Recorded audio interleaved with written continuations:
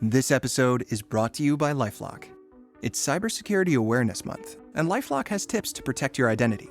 Use strong passwords, set up multi-factor authentication, report phishing, and update the software on your devices. And for comprehensive identity protection, let LifeLock alert you to suspicious uses of your personal information. LifeLock also fixes identity theft, guaranteed or your money back. Stay smart, safe, and protected with a 30-day free trial at LifeLock.com/podcast. Terms apply. This episode is brought to you by LinkedIn. Psst, healthcare pros, word's out, and it's too good to keep quiet. Look, LinkedIn is revolutionizing job hunting, making it possible to search by specialty, shift preference, and salary. Endless scrolling is out. Whether it's a mental health therapist or dental hygienist, finding the perfect role is faster and easier than ever. Head to linkedin.com/healthcare and start your search today.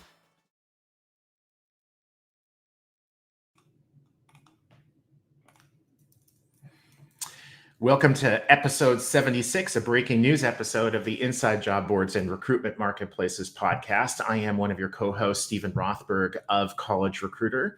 We're a job search site used by students, recent grads, and other early career candidates. And I am joined here today by two of my favorite people, Peter Zollman and Jeff Dickey-Chasins, for this breaking news episode.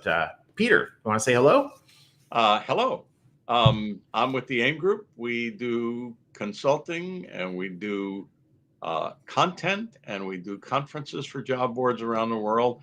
And before I was on this podcast as Stephen Rothberg's co-host, it was the Jeff Dickey-Chasins and Some Other Guy podcast. And the Some Other Guy is Stephen, and Jeff was, until today and still is and always will be, the job board doctor. But the big news is he has sold his consultancy to Julie and Chad Sowash. Everybody knows Chad from Chad and Cheese, or most people know Chad from Chad and Cheese, but Julie's really the smart one in the box, especially compared to Chad, who didn't respond in time to get on this podcast. Chad from Chad and Cheese, and Julie runs a job board and has been consulting in the job board world for 12 years, mainly on diversity and disability and compliance and those kinds of things. So the job board doctor has taken off his lab coat. Yeah, and Julie's also the executive director of Disability Solutions, and so she's got years and years in the employment space, matching employers with candidates. So Jeff, how did this all happen? Was it been a long time? Did it come together quickly? It came together pretty quickly. I was chatting with Chad about the fact that I was moving to Connecticut. And he said, does this mean that you're hanging up the chaps? And I said, well, I'm considering it, it's, maybe at the end of the year. And it was literally a week later when they called me up and said, we want to buy JobBoardDoctor. And I'm like, really? Okay, well, that's interesting. And we talked about, sort of what would be involved and the timing and everything. And then it came together pretty quickly. I'm really glad that they're doing it, because I felt some regret knowing that when I shut things down, that was going to be the end of it. But that's typical for most consultancies. It's the lucky consultancy that can sell itself and perpetuate what they do and their name and everything. And Chad and Julie are excited about that. It's they run a consulting business themselves, Catch 22, and they really, I think, envision this as enhancing what they do. They think Job Board Doctor is a good brand, and I think they have a lot of exciting things that they want to add to the mix that I was either not interested or incapable of doing. So I think it's going to be a good thing for the industry and a good thing for my past clients. So. Well, that sounds excellent. And what's next for JDC, the job board the retired or soon to be retired job board doctor? Well, the use of the word retired is probably a little bit overstating it. One of the things that Chad and Julie wanted to know is if I would be willing to continue to be involved on certain projects, as things came up that they thought, that I would be good for, possibly even, going to conferences with them sometimes. So I said, yeah, as long as it's not like every Monday Jeff has to trek in and do some work, as long as it's random, I'm totally good with that. So I'll still be around. And here's your invitation for you, Chad, and Julie to join us in Vienna for Rec Buzz in April. Freebie. That would be fun. We're comping you. It might be crazy because Chad especially is out there, but not as out there as his co-host on the podcast, the other podcast, Chad and Cheese.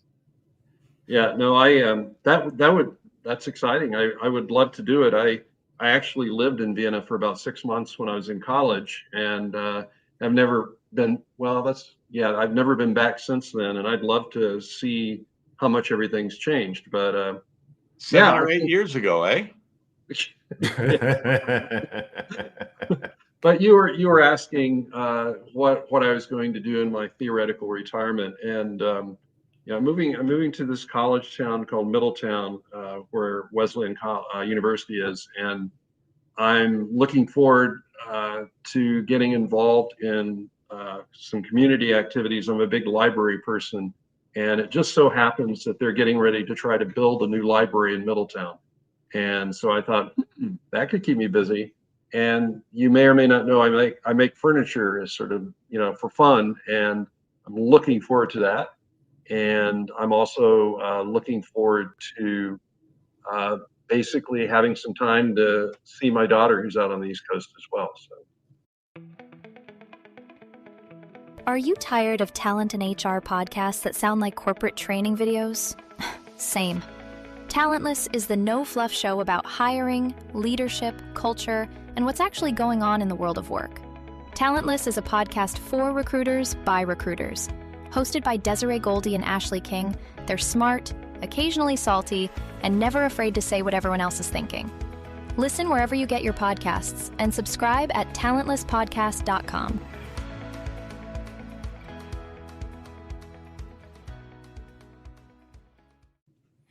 Cool.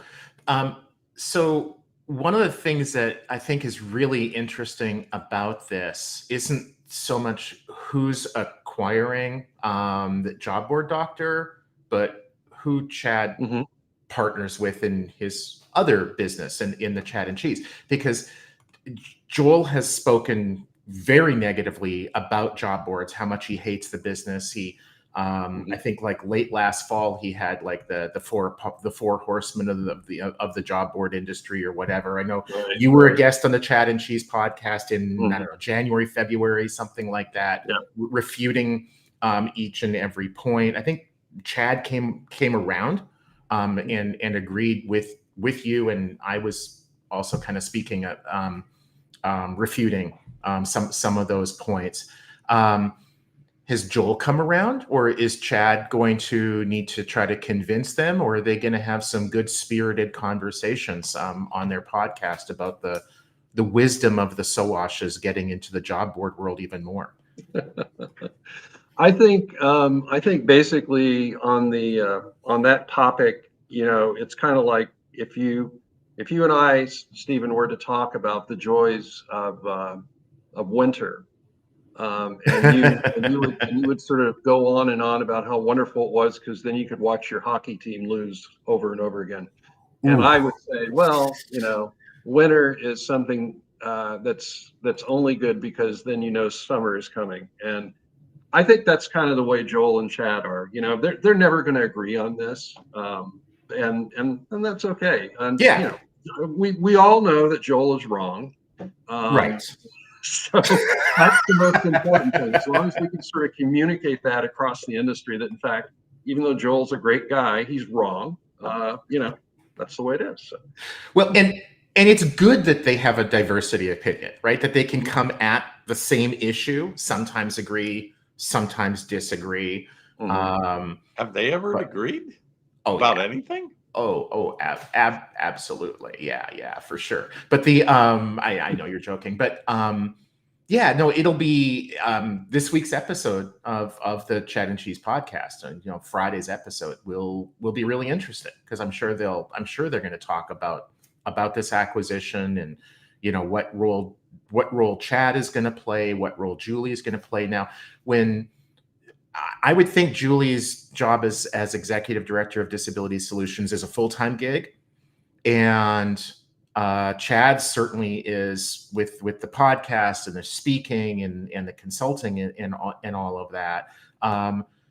Is this going to be like a part-time, or are one of them leaving their businesses? Any idea like where they're going to find a time to do this work? Julie's going to be the primary person in the business in terms of. In fact, I've already been doing some work with her in terms of talking to existing clients and advertisers and whatnot. And so I think she's going to continue to sort of do the leading role on this. And like you said, she has plenty of job board experience, and I think Chad is available. And then I do think they're going to build up a network of some additional consultants to sort of work in areas that I never did, with like SEO and programmatic and a few other areas like that. So cool. It does fit in very nicely with the existing consulting work that the Catch-22. I mean, it's not like this is right. It's not like they're going from 0 to 60. It's sort of adding on to something that they already have.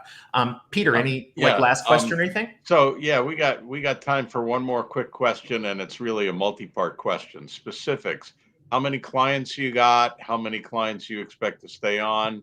How much did they pay you? This is one client. Okay, very good. And we are not clients of the Job Board Doctor, but boy, do we talk to him regularly and quote him frequently in Group Marketplaces report and our recruitment intelligence. But so, how many clients you expect? Most all to stick with it. It's good that they got the brains of the organization running the organization. Sorry, Chad, but I couldn't resist. We're not as profane as they are, but we can be cheeky. What'd they pay you? Well, I'm not going to tell you that, Peter, but I knew that. I know you had to ask that, but no, it was a very fair price. Let's put it that way. And, it was easy to agree on that. So I was quite happy with that.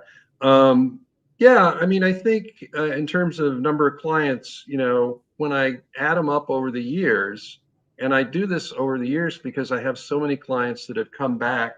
I've got some clients that I've been working with since 2009 when I started, and some clients work with me, and then 3 or 4 years later they call me up and work with me again. So I think the cumulative number of clients over the years is somewhere around 700-800.